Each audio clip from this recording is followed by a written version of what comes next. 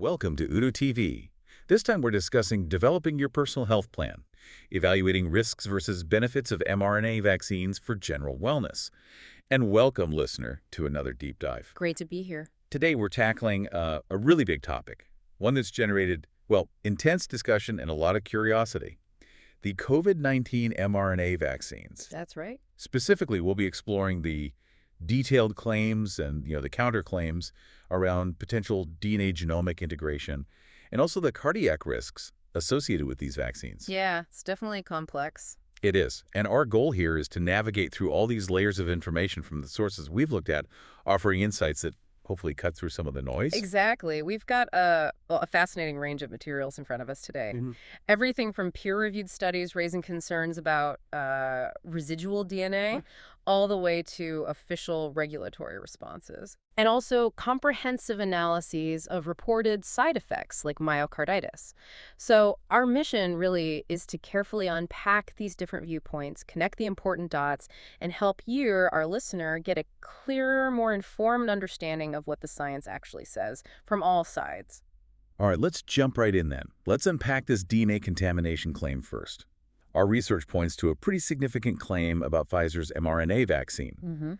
We're looking at a peer-reviewed study, and interestingly, it was conducted at a U.S. Food and Drug Administration, the FDA lab, but by high school students. Right. That's a detail that certainly caught attention. It was published in the Journal of High School Science, late 2024. Now, this study, it presented some results that got people talking, though, as we'll get into. Its origin and methods became part of the debate later on. Well, what's really striking here is the finding they reported, that 2 lots of the Pfizer vaccine contain, quote, residual DNA to a level that exceeds 10 nanograms per dose. Okay, 10 nanograms. What does that mean in context? Well, according to their measurements, these levels were anywhere from 6 to 470 times higher than the established regulatory safety limits for this kind of DNA contaminant in vaccines. Wow, 470 times. That sounds significant. It does. And the study authors themselves wrote that, quote, the potential health risk posed by residual small DNA fragments is currently unknown. But importantly, they also noted that DNA contamination may result in what's called insertional mutagenesis. Basically, DNA mutations, changes to the cell's own DNA, and they added that this can potentially cause cancer. Okay, so a student study finds high DNA levels and mentions a potential, though unknown, risk of mutations linked to cancer. What else supports this idea? Well, this is where it gets broader. An investigative medical reporter, Marianne DeMasi, she pointed out that these findings seem to back up earlier reports. Reports from independent labs in the U.S., Canada, Australia, Germany, France. So not just this one study. Apparently not. And Kevin McKernan, he was the researcher who first flagged this DNA contamination issue back in 2023. He stated that something like 8 studies have now found DNA levels over the accepted limit. 8 studies. Okay, so this leads to the big question. What are the dangers people are worried about if this DNA does get into our cells? Right. And here we look at someone like Philip Buchholz. He's a professor of cancer molecular genetics. His take is very direct. What does he say? He states the Pfizer mRNA vaccine is, quote, contaminated with the plasmid DNA vector used in production. Plasmids are small DNA circles used in biotech. Okay. And he explicitly claims this DNA, quote, could be the cause of some of the rare but serious side effects like death from cardiac arrest. He's drawing a direct line there. That's a very serious claim. Does he elaborate on how? He does. He paints quite a picture. He suggests the DNA can and likely will integrate into the genomes of transfected cells. Transfected means cells that have taken up the foreign material. Integrate into our own DNA. That's the concern he's raising. He uses an analogy like shotgun pellets hitting a washboard, causing permanent mutations. He talks about a very real hazard for genome modification of long-lived somatic cells. Those are our regular body cells, not sperm or eggs, which he thinks could cause a sustained autoimmune attack against that tissue. And even a theoretical risk of future cancer, depending on which bit of DNA integrates where. So permanent changes, autoimmune issues, even cancer risk down the line. It's quite the warning. It is. And he also focuses on the delivery system, the lipid nanoparticles, or LNPs. Right, the little fat bubbles that carry the mRNA. Exactly. Buchholz emphasizes that the DNA being wrapped up in these LNPs makes it act like a Trojan horse. Okay, how so? Well, his analogy is 20 Greek soldiers wandering around outside the walls of Troy are not a big deal. Right. but 20 Greek soldiers packed inside a large wooden horse are a different matter. He estimates each shot might have around 200 billion pieces of this plasmid DNA wrapped in LNPs. 200 billion? That's his estimate. And he argues this makes the DNA a far more serious issue than if it were just, naked DNA floating around, because the LNPs help it get inside cells more easily. So the delivery system itself is part of the concern. According to Buchholz, yes. It's a key part of why he thinks the risk is elevated. Given these concerns, what are people calling for? Well, you see some strong reactions. An epidemiologist, Nicholas Hulscher, argued that based on this evidence, the COVID-19 genetic injections must be immediately recalled to protect the public, he says. An immediate recall. And Kevin McKernan, the researcher who first reported the contamination, he suggested that just the evidence of variation between batches in manufacturing should be enough for the FDA to issue a Class 1 recall. And Class 1 is the most serious type. Yes, that's for products where there's a reasonable probability that using them will cause serious health problems or even death. You're listening to Udo TV. Okay, so that's one side, serious concerns about DNA contamination, potential integration, and calls for recalls. But we need to look at the official response, right? Absolutely. What does the FDA say about all this? Well, we have a letter from Peter Marks. He's the director of the FDA's Center for Biologics Evaluation and Research, CBER, a key figure. And their stance. The FDA states its confidence, quote, in the quality, safety, and effectiveness of the COVID-19 vaccines. They assert that even with over 1 billion doses of the mRNA vaccines administered, they haven't identified any safety concerns related to residual DNA out in the real world. So a direct counter. They're saying we've given 1 billion doses, we don't see this problem. That's the gist of it. They're relying on the massive amount of real-world data gathered so far. So what about the specific biological concerns? The integration, the genotoxicity, the potential for genetic damage that Buchholz is worried about? Yeah. How does the FDA address the possibility? They describe the idea of integration as, quote, quite implausible. Implausible. Why? Their reasoning is biological. They argue it's highly unlikely that these residual small DNA fragments, which would be in the main part of the cell, the cytosol, could actually manage to get through the nuclear membrane, the barrier around the cell's nucleus where our chromosomes are, and then somehow get incorporated into our DNA. Too many steps, too many barriers. That's the FDA's argument. They also point to animal studies done with the modified mRNA and the lipid nanoparticles.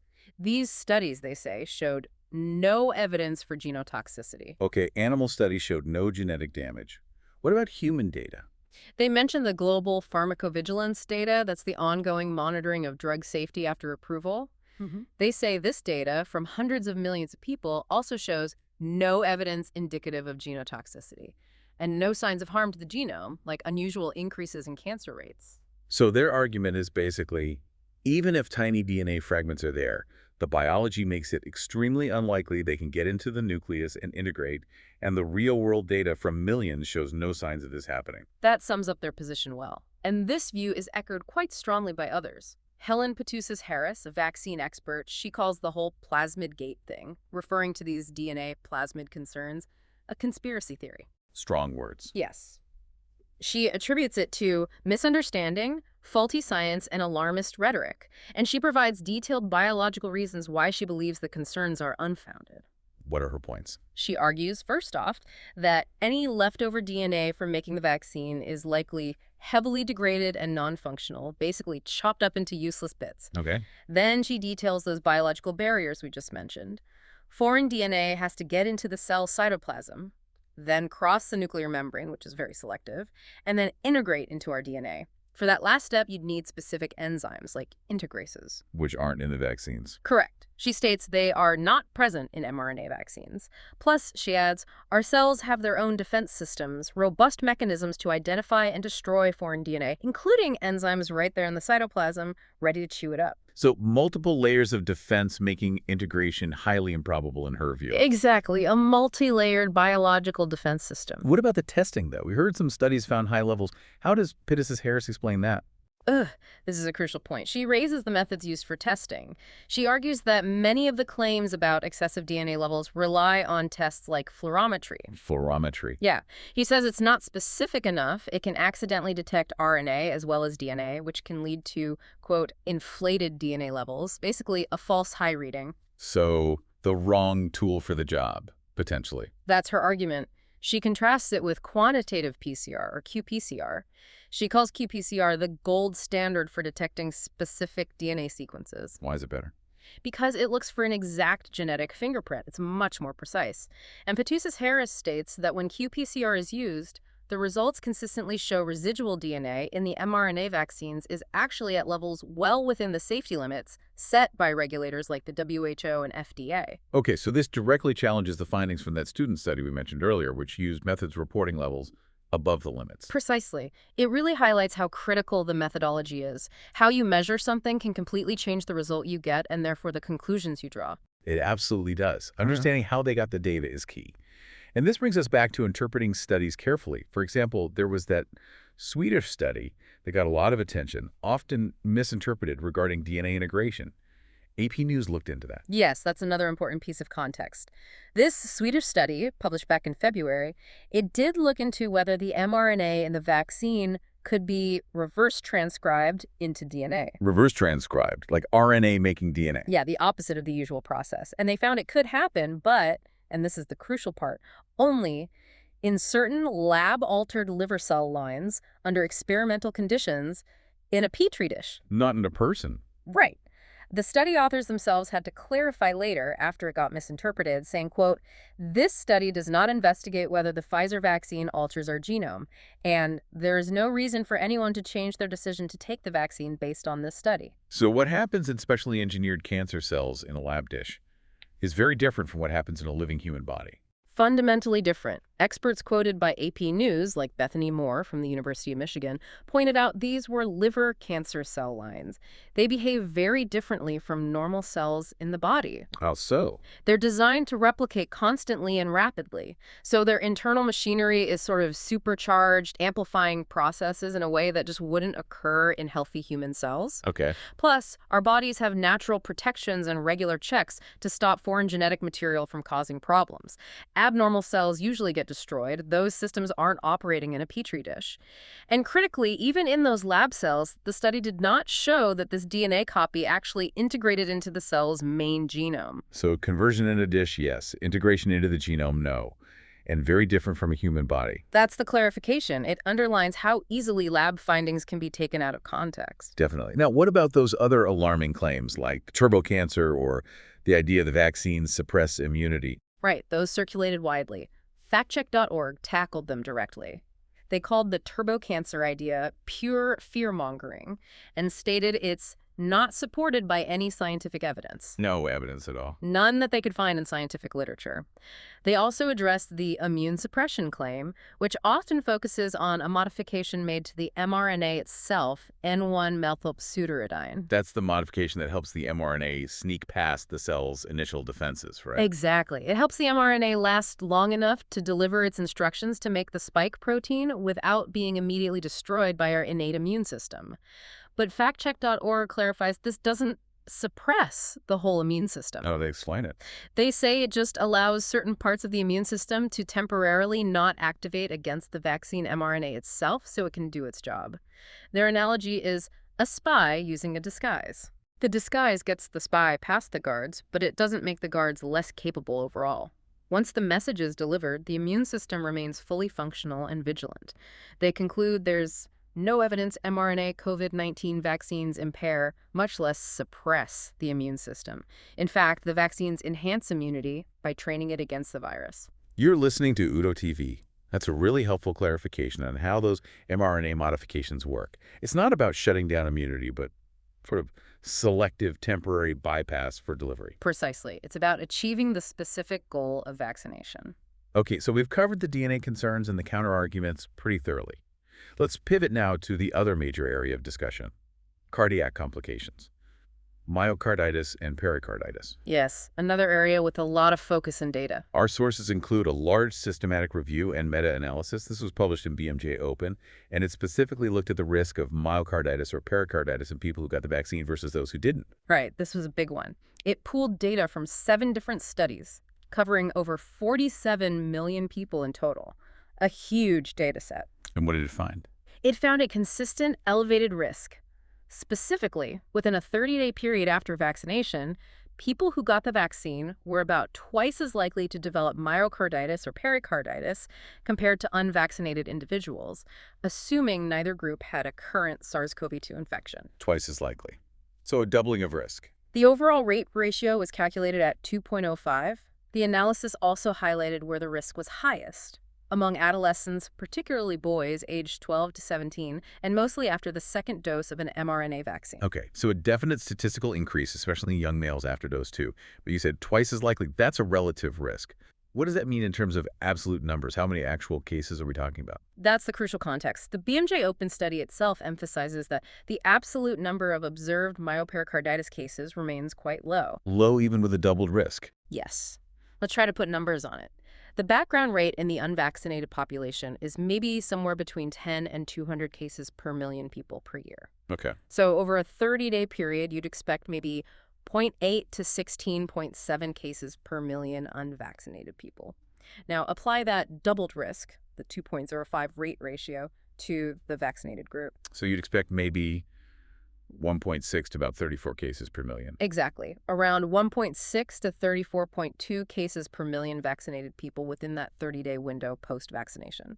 So yes, the relative risk is doubled, but the absolute number of people affected is still very small out of a million vaccinated individuals. That perspective is really important. Double a very small number is still a small number. It is, but still a measurable increase that needs consideration. What about the long term for those who do get vaccine-associated myocarditis? Do we know they fare? That's where things are still a bit uncertain. The BMJ Open study notes the long-term effects are still not fully understood. It does reference a follow-up study funded by the CDC.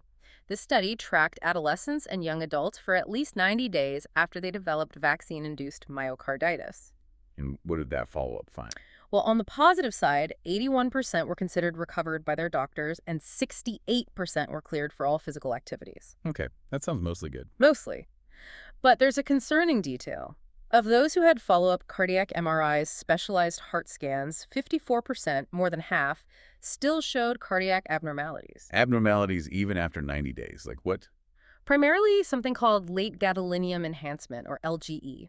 This shows up on the MRI, and it's generally seen as a sign of scarring or lingering inflammation in the heart muscle. It indicates some level of persistent injury. So even if feeling recovered, over half had some sign of lasting impact on the MRI. According to that CDC follow-up study, yes. Furthermore, about 26%, over a quarter, were still taking daily medications for their myocarditis at that 90-day mark. This suggests ongoing issues for a significant minority. That definitely complicates the picture of recovery. It raises questions about the overall risk calculation, doesn't it? Especially when compared to the risk from COVID-19 itself. Absolutely. And the BMJ Open study addresses that comparison directly. It points out that getting infected with SARS-CoV-2 also significantly increases the risk of myocarditis requiring hospitalization. More so than the vaccine. Yes. The study notes the risk of myocarditis from the infection is more than 7 times higher than the risk from the vaccine. 7 times higher from the virus itself. Correct. However, they add a nuance. There's currently no evidence demonstrating that existing COVID-19 vaccines are protective against myocarditis associated with SARS-CoV-2 infection. So the vaccine doesn't seem to prevent the myocarditis caused by the virus if you get infected anyway. Okay, so the virus poses a much bigger heart risk, but the vaccine has its own smaller, separate risk and doesn't cancel out the virus's risk. That seems to be the current understanding presented in the study.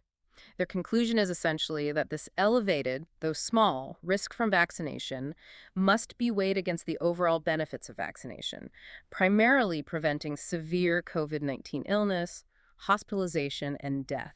It's a risk-benefit calculation. What an incredibly detailed deep dive today, listener. We've really dug into some complex areas. We explored those serious claims about DNA contamination, potential integration into our genome, hearing from scientists who see a very real hazard. Right, and hearing about theoretical risks of cancer or autoimmune issues down the line. But then also looking closely at the strong scientific rebuttals from the FDA, from other experts who call these integration scenarios biologically implausible. Yeah, and who point to potential issues with testing methods in some studies or misinterpretations of lab findings, arguing the real-world data just doesn't support those fears. And then we navigated the myocarditis and pericarditis data, understanding that crucial difference between relative risk, which is higher after vaccination, especially for young males after the second dose, and the absolute risk, which remains quite low overall. And grappling with those ongoing questions about long-term recovery, the cardiac MRI findings showing potential lingering effects for some. While also keeping in mind that the risk of myocarditis from getting COVID-19 itself appears significantly higher. Exactly. It really underscores how vital it is to look at data from multiple angles, consider the context, the methodology. It's rarely simple. It really isn't. So what does this all mean for you, our listener? Well, it leaves us with, I think, a really relevant thought to consider. In today's world, just saturated with information, where we see conflicting scientific views and health data that's constantly being updated, how do you personally approach evaluating that kind of complex health information? How do you weigh different expert opinions to make the choices that feel right and most informed for your own health and well-being?